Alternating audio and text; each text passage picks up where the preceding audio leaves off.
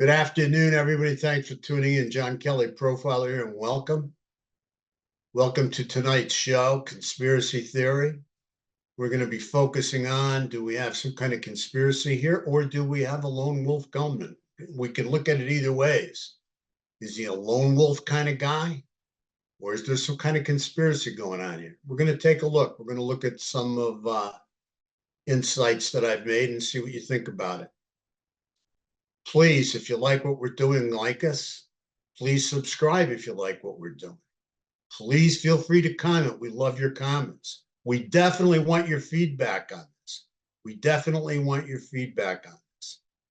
And to be honest with you, there's 50% of me that believes it's a conspiracy. There's 50% of me that believes it's a lone wolf attack.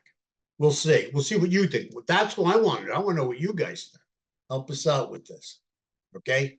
To all production companies that are watching us, we have three projects, three entertaining, really good projects, true crime, that I think you would be really interested in. Please contact us at your leisure. And let's sit down and talk about it. You know, I have to come up with a disclaimer at this point. Everybody's innocent until proven guilty in a court of law.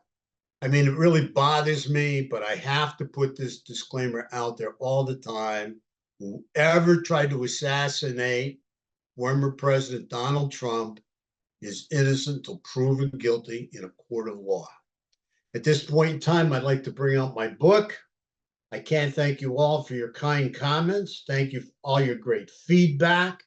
Thank you for all your purchases. You guys are the greatest. There's no question about it. And as you can see, it's Discovering Lazarus, the good, the bad, and the ugly of John Kelly Profiler, how I kicked a horrible cocaine addiction, became a counselor, moved on to become a psychotherapist, and eventually a profiler. And that's what I've been doing for well over 20 years. Thank you so much again for all your purchases and feedback. September 15th. Ryan Routh sets up a sniper's nest on Trump golf course. He's sitting behind a sniper's nest at Trump golf course. Now that is pretty innocent and interesting. Out behind the fence and into the bush, he's got an AK-47 with a scope. The rifle has a removed serial number. He also has two knapsacks filled with ceramic tiles. Now, let me tell you, I fired an AK-47. They're not the most accurate weapon around. They're not easy to get your hands on if you're a convicted felon and have the serial number removed. We don't know who removed it. We don't know if Ryan Routh removed it or the person that sold it to him removed it, or the person who gave it to him removed it. We don't know. All we know is he had an AK-47 with a scope, with a removed serial number. He has two knapsacks filled with ceramic plates. You know what that's for? Put one on the front of you, put one on the back of you. You got to take off and beat it through the weeds while, you know, the Secret Service is shooting at you. You know, with luck, you're going to stay alive. You're not going to get killed because the ceramic plates will absorb the impact of the bullets. That's what they're there for. Okay, so that's why he's got those. He also has a GoPro set up for filming. Now, this is very interesting because this is the first time I've ever seen an assassin, especially somebody that's a potential assassin, a potential presidential assassin, that has a GoPro set up so he could film the event. Okay, now this starts to like speak volumes on how burnt out this nutbutt is. Okay, and it gets better. LE is said to say that he's been in the area for approximately 12 hours. They're saying Ryan has been in this area for a couple of hours now. Or I'm sorry, for 12 hours. I mean, this is just pretty crazy.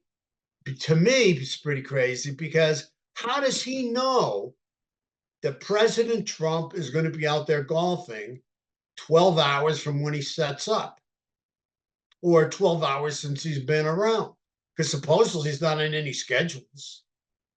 So how does he know that? The president was out there campaigning.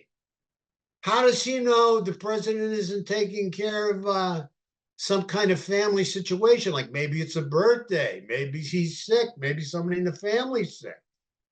You know, maybe they're going out to eat somewhere. Maybe he wants to just spend time off, the campaign trail with his family. How does he know that he's going to be out there golfing at least 12 hours before? How does he know that? How does this guy set up, okay, for this length of time? And you have to believe it's not the first time he's been out there to scope out the area. So you have to ask yourself, how does this guy who lives in Hawaii, seems like he votes or has voted in North Carolina quite a bit, okay, in not too far distant future, or past, I'm sorry. How does he end up in Florida on Donald Trump's golf course in the bushes with an AK-47 sticking to the fence with the scope? Now, you have to ask yourself, how does this guy know about it? How does he get there? How does he know what Donald Trump's schedule is? I mean, you're talking about a presidential campaign. It's only what, 40 some, 50 some days away? And he's out there on the campaign trail. How do you know he's going to be there that Sunday, that you're going to spend that much time there? And you're going to bring your whole sniper's nest with you. You're going to bring the ceramic plates, and you're going to bring the AK-47 with the scope. And guess what? You're going to bring a GoPro. You're going to bring a camera because you want to film it. How could a lone wolf do this? Well, certainly could. I guess it's been done before, so now they can keep track. But there's something else I want to bring out. That if you take a look at Ryan Routh, this guy has been the center of attention in pretty much any place he's been. He gets off on being center of attention. He's got the fame bug. He's got the addiction to fame. He is constantly trying to get on TV, trying to get online, in front of the camera. His major concern is getting in front of a camera. He can't get enough of it. Just look at the way he acted out in the Ukraine. Okay, he came out and said he will die for the Ukraine. He makes sure you see him because of the clothes he wears, the paint he puts on his face, the way he grabs everybody, 2 thumbs up. He is the center of attention, which is very, very interesting to me because that shows a blatant narcissism, which a lot of these guys have. All right, there's no question about it. And what's interesting, a number of these guys have what we call a martyr complex. They want to appeal to the down and out and the marginalized in various countries, in various areas of their own country. They want to be their savior. They want to be the man. They want to be their prophet. They want to be out in front of everything that's going on. I will die to stop communism. I will die for the Ukraine. Okay? I mean, this guy can't talk enough about it because that's who he is. Okay? He has a martyr complex and he wants to be out there in front of people, expressing how everybody is suffering and he's part of it, but he's going to do something about it. He's going to get out in front and center of it, and he's going to push it forward. Okay, he's going to save everybody. Okay, it's like a codependency kind of thing with this. Okay, he is very addicted to those that are in need, or he feels are in trouble or in need or in a perilous situation. because then he can have his day. He can come to the rescue. He's the man. Okay. And we know there are a lot of people out there that don't like Trump, but we also know a lot of people that do like Trump. So here's this guy in the middle, and he's just trying to make the best out of a bad situation. He wants the fame. He doesn't care about anything else. Do you ever hear about an assassin who brings along a camera, their GoPro? That's how in front he wants to be. That's how bad he wants to be the center of attention. He wants to film it. This nut butt, this insane person wants to film this.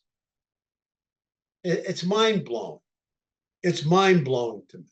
So you have to ask yourself, why does he want to film it? Because he wants to get out of there with that camera, and he wants to get that to a computer or get it somewhere where he can get complete exposure and expose it all over the world. That's what he's about. That's what he's into. Okay, being up front and center. Again, the one thing I'm interested in, how did this nut butt know that he wasn't just wasting his time here? How did he know, pun intended, that he had a shot of even seeing Donald Trump? Okay? Bullshit. That's bullshit as far as I'm concerned. All right? And I'm going to tell you something. He got information somewhere, and I'm going to guarantee you that law enforcement is going to find out exactly where that information came from. God forbid anybody had any connection to this guy at all online, because I will tell you, they are going to go through everything. They're going to be like white on rice on this one. Okay? No question about it.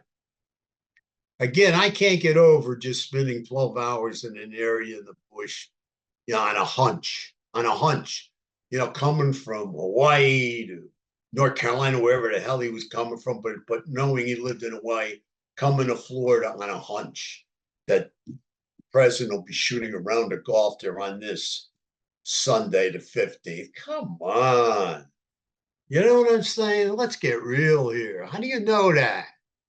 That's why I'm wondering, do we have a lone wolf actor? Or do we have somebody else that's complicit here? Somebody else that's involved?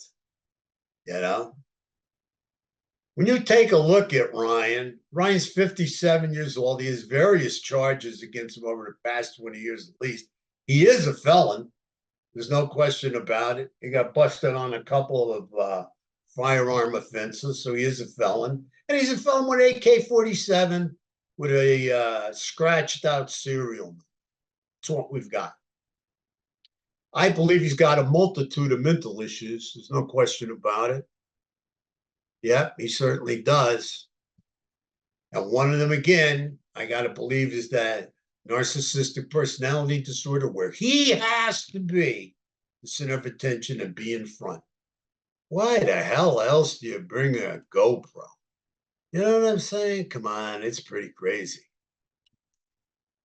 Being the center of attention, he's very similar to another assassin. I'm sorry to say this, but being the center of attention, he's very similar to another assassin who some of you may never even have heard of because you're so young. But a lot of you have heard of him. Probably most of you when I think about it. And this one hit his mark. That was Lee Harvey Oswald. Yep, he had a rifle. No question about it. He hit his mark. Killed JFK. Never forget that day, 1964. Big time.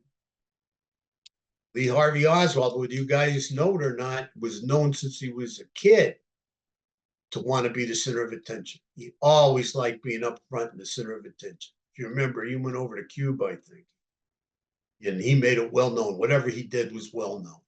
He loved the press. He couldn't get enough ink. Okay? He loved the camera.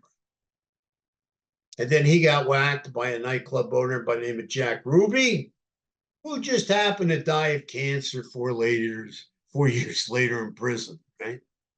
Pretty interesting stuff. You know, when Ruth was arrested by officers, he had a very flat affect. I got to tell you, these guys usually do. I mean, he's been around law enforcement before. He's been arrested before. He knows the drill.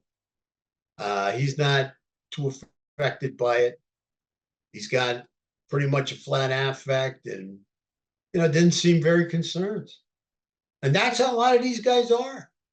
I mean, they're just so flat that it doesn't really excite them. But when he gets excited, that's when he becomes elated. And he got elated and excited and was smiling and laughing in court. Because you know why? He's the center of attention in the court. Are you guys following me? This guy loves to be the center of attention. So how could he not be a lone wolf? But yet, if he's a lone wolf, where'd he get the information and everything? Right? I think there's somebody else here, maybe they're going to be looking at. 50% of me, like I said in the beginning, 50% of me believes he's a lone wolf. 50% of me believes, he's conspired up with a couple of people. Okay. It's just pretty crazy. And I do not believe for 1 minute that this has anything to do with people in the know. Because anybody in the know, anybody up the ladder would have nothing to do with a whack job like this. Okay, this guy's whacked completely and has a history of being a nut butt. We could see the history plain as day. And everybody's talking about the Secret Service, and they got to be better, and they got to be more capable. And look, no question about it. Everything can be made better, but nothing can be made perfect. And if there is a person out there that is willing to give their life to kill another person, they are the most dangerous, and they are very hard to stop. Because in their mind, they have absolutely nothing to lose. And they want to accomplish the mission. Remember that. And also remember, you don't need a long-range rifle, a high-powered rifle to kill a president. Take a look at Reagan. Take a look at how close Hinckley was when he wounded him. With a handgun, I think it was a 22. Please correct me if I'm wrong. But you got to look into it. Okay? Also, what I'm concerned about here, and I believe if there is some kind of conspiracy, I'm looking at cheerleaders. I'm looking for Ryan Routh's cheerleaders. I'm looking for his following online. I'm looking for people that really fell for his bullshit and believed he was the next coming, that he was the best person on earth, that he would give his life for anybody and do whatever he had to do to accomplish the cause, to take care of the cause, to win it, to make sure that people live forever happy as they could possibly be without being under the rule of whoever he thought they shouldn't be under. Okay, it's all in his head, is what I'm saying. He was always out there in controversial spaces, places, sticking his nose in, getting involved, again, being the center of attention. Come on. All right. We saw him in the Ukraine. Again, he'll die for the Ukraine, he says. Okay. The point I want to make is that he wants to be seen as a hero for a cause. When you put yourself in a situation and you are so obsessed, and people are not stupid, people see you're not all there. They see you going overboard. They see you being extremely obsessed with your cause and what's going on and everything. Guess what some of them can do? They can manipulate you. They can try and get you to take it to the next extreme level. And that's what I'm looking for here. I'm looking for his cheerleaders. Who was cheering on Ryan Routh to assassinate Donald Trump, our former president of the United States, who were any, if there were any cheerleaders in his camp, believe me, you're done. They're going to catch you. And it's only a matter of time. Your name's going to be right out there. Take my word for it, because they are all over him. And he's the type of guy that keeps everything. He keeps everything because he can't get enough. He can't get enough applause from his cheerleaders. He loves it. He relishes it. And he holds on to it. Because anytime he wants to go back into it, all you got to do is flip a switch and he's right back in his euphoric high. Can't get enough. Just can't get enough. Anyway, that's all I got to say for today. Please let us know how you feel. It's up to you guys. We want to know what you guys think. Like I said, 50% of me believes he's a lone wolf. 50% of me believes it could be a conspiracy. That's not what's important. It's important what you guys think, what you guys have to say. We're interested in hearing it because we're split. You know, we could see how he could be a lone wolf, and then we could see how he could not be alone. So help us out. Okay. Thank you so much. God bless. Take care of yourselves. We truly appreciate you. Hope you enjoyed this. I'll shut up for now. Have a great day. Take care. Very violent out there. Stay on your toes. God bless. Until the next time.